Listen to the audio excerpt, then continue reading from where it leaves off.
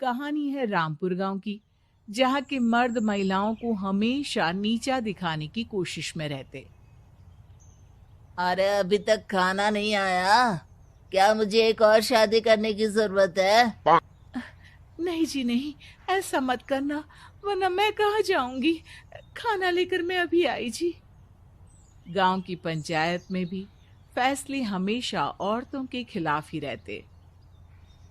मैं जो फैसला सुनाता हूँ वो भगवान की आज्ञा होती है। इस लड़के ने अपने मन से शादी करके अच्छा नहीं किया। लड़के को घर भेज दो और इसकी शादी इसकी जाति की किसी लड़के से करवा दो।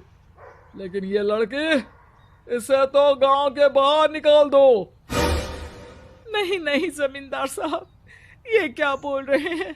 ऐसा नहीं हो सकता। मेरी बेटी मासूम है, इसे अच्छे बुरे की समझ नहीं है। अरे कहाँ जाएगी ये बेचारी? कहाँ जाएगी? इतनी चिंता है तो पूरे परिवार का गांव निकाला कर देते हैं। बेचारे, पूरे बसे बसाए परिवार को गांव छोड़ना पड़ता है। चाहे जो हो, अगर बेटियों को कंट्रोल नहीं कर सकते तो गांव में रहने का कोई मतलब नहीं है। यहाँ औरतों को दब कर रहना होगा। कोई भी अपने हिसाब से कुछ नहीं कर सकता। सब ईश्वर की मर्जी से ही होगा। तभी गांव का एक आदमी दौड़ा दौड़ा आता है। सरपंच साहब, जमींदार साहब, वो कालिया है ना, उसकी बेटी पढ़ने के लिए शहर जा रही है। अच्छा, ये कब हो गया? और कालिया की हिम्मत कैसे हो गई ऐसा करने की? लेकर आओ उसे और उसकी बेटी को। बस फिर क्या था, हाजिर हो जाते हैं कालिया और उसकी बेटी सरपंच के सामने। और कालिया, ये क्या सुनने में आ रहा है?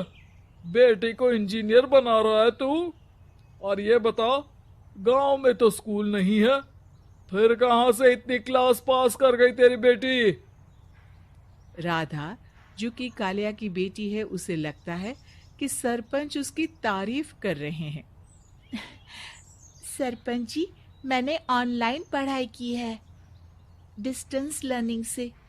सभी में मैंने अच्छे नंबर पाए हैं, जिसे देखते हुए शहर की इंजीनियरिंग कॉलेज में मुझे स्कॉलरशिप मिली है। वाह जी वाह, क्या होती है ये? पहले तो ये बताओ, फिर आगे की बात करते हैं। पूरा गांव राधा की बात सुन रहा था और राधा बोलती जा रही थी। तो ऐसे मैं फ्री में एक अच्छी शिक्षा लेकर गांव में जो कुछ परेशानियां हैं, जैसे बिजली, पानी और इंटरनेट जैसी समस्याओं के लिए काम करूंगी। मैं गांव को शहर से जोड़ने के लिए पुल का निर्माण करवाने का प्रस्ताव रखूंगी। मुझे पूरी उम्मीद है कि जल्द ही हमारा गांव भी तरक्की की राह पर चल पड़ेगा।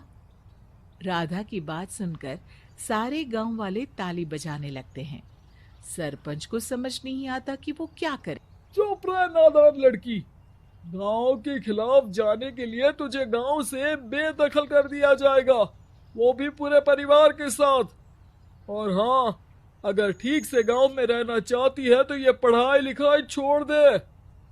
हम तेरे लिए गांव का कोई होनहार लड़का देखेंगे। तभी गांव का एक आदमी बोल पड़ता है। अरे नहीं नहीं सरपंच जी, राधा बिटिया जो बता रही है, अगर वैसा हो जाए तो हम लोगों को पैसा कमाने के लिए बाहर नहीं जाना पड़ेगा। हाँ जी, और ना ही कोसों दूर पानी के लिए भटकना पड़ेगा। हमारे बच्चे भी अच्छी पढ़ाई कर सकेंगे और आगे बढ़ेंगे, ना कि हमारी तरह खेती करते बैठेंगे। क्यों गांव वालों, राधा बिटिया का साथ देना चाहिए ना? सरपंच देखता है कि गांव राधा के साथ है, तो वो चुप हो जाता है। वो घर आकर अपने सलाहकार से बात करता है, जो बहुत ही चालाक किस्म का इंसान होता है। अरे सरपंच साहब, आपको बहुत ही होशियारी से काम लेना पड़ेगा। एक बार गांव तरक्की कर गया, यहाँ के बालक पढ़ लिए तो कोई ना पूछेगा आपको। और फिर ये जो बेटा और बेटी है ना आपके, इनको भी आम लोगों की तरह ही जीवन जीना होगा। हाँ, लेकिन करे तो क्या करे? वो ना आप मुझ पर छोड़ दीजिए, बस मैं जैसा बोलूं करते जाइए। अगले रोज सुबह जब गांव वाले सोकर उठते हैं तो राधा के घर के बाहर और साथ ही वो लोग जिन्होंने राधा का सपोर्ट किया था उनके घर के आगे लाल रंग से कल आऊंगी लिखा होता है।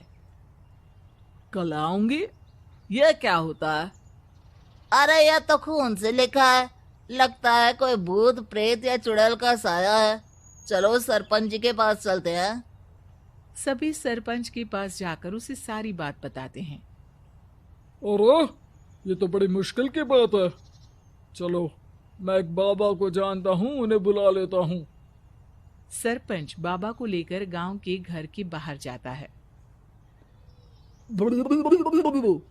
ओहो, तो ये वो चुड़ैल है जो उन लोगों को निशाना बनाते हैं जो गांव को बदलने का सपना देखते हैं।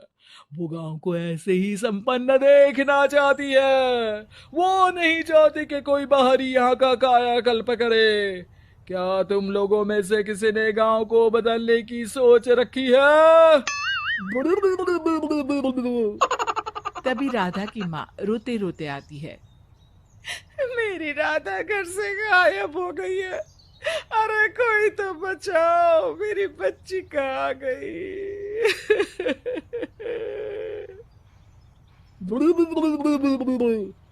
ले गई वो चुड़ैल, तेरी बच्ची को ले गई।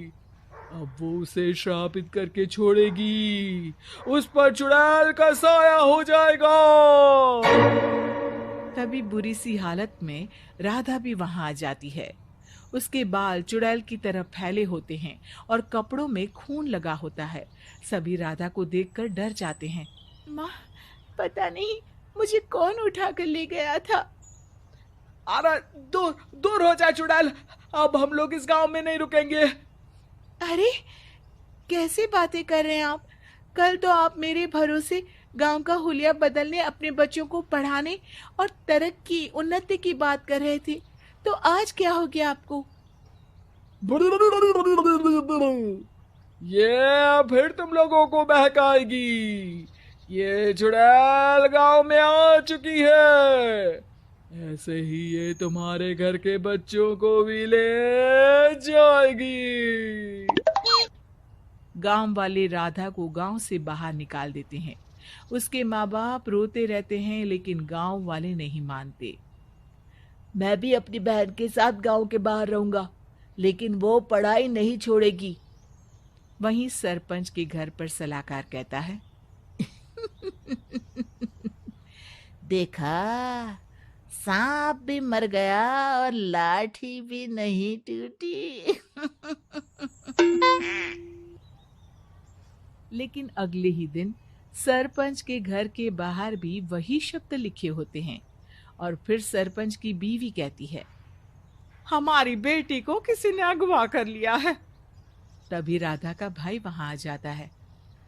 अरे गांव वालों, मैंने सरपंच जी की बेटी को देखा था। वो चुड़ैल उसे उठाकर ले जा रही थी।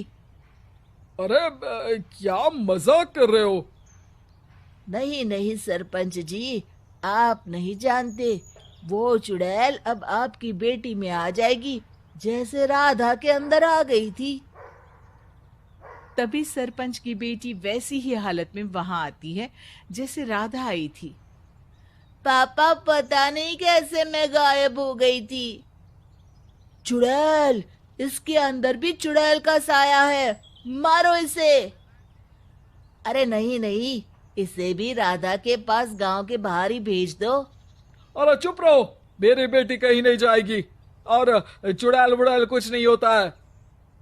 अरे कैसे बात कर रहे हो सरपंच जी? आप तो बोल रहे थे कि आपका फैसला भगवान का ज्ञान होता है, तो अपने पर बात आई तो अब आप ऐसे बोल रहे हैं। अरे ना ना ना, आपको अपनी बेटी को त्यागना ही होगा। अरे बुलाओ बाबा को। राधा का भाई बाबा को ले आता है, जिसे अब गांव वालों के डर के कारण सच बोलना पड़ता है। मैं कोई बाबा नहीं हूँ, मैं तो मोची था। ये सलाहकार महोदय ने मुझे कहा था एक्टिंग करने को। अब वो मुझे पैसे देने वाले हैं। अब मुझे माफ कर दो। गलती हो गई, मुझे माफ कर दो। तभी वहां राधा आ जाती है। देखा सरपंच जी, जब गांव के बच्चे साक्षर होंगे तो आप जैसे लोगों की चालाकी